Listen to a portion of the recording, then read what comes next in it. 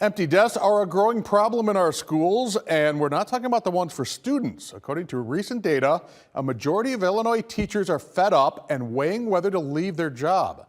WIFR reporter Alyssa Kelly shares more from the Illinois Education Association that hopes to put a stop to the teacher shortage. The Illinois Education Association's Red for Ed polling shows financial burden is a big reason behind the dwindling number of public school teachers in the state. Educators say things like out-of-pocket costs for supplies, student loan debt, and rising health insurance forces them to close the book on their career.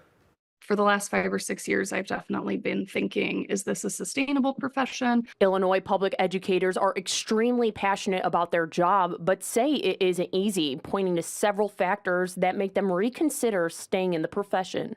They feel that they're being overworked, they're being undercompensated, and they need financial help. Experts admit this isn't a new problem. It's been around for years, but say it is getting worse. The Illinois Education Association's Red for Ed poll lists several concerns from teachers, including low wages, unpaid work time, and out-of-pocket costs. There still wasn't enough money for my family. 43% of IEA members report working one additional job, and 97% spend their own money on supplies for students. In fact, some say they pay more than $500 each school year. And the problem just grows in terms of the money it takes to fix it, etc. So in order for us to be able to deliver on the promise of public education, we need to shore up the system. Deborah Ward Mitchell spent the past 41 years as an education support professional. She says the last 2 years have been the toughest. Financially speaking, I really can't afford to give any extra.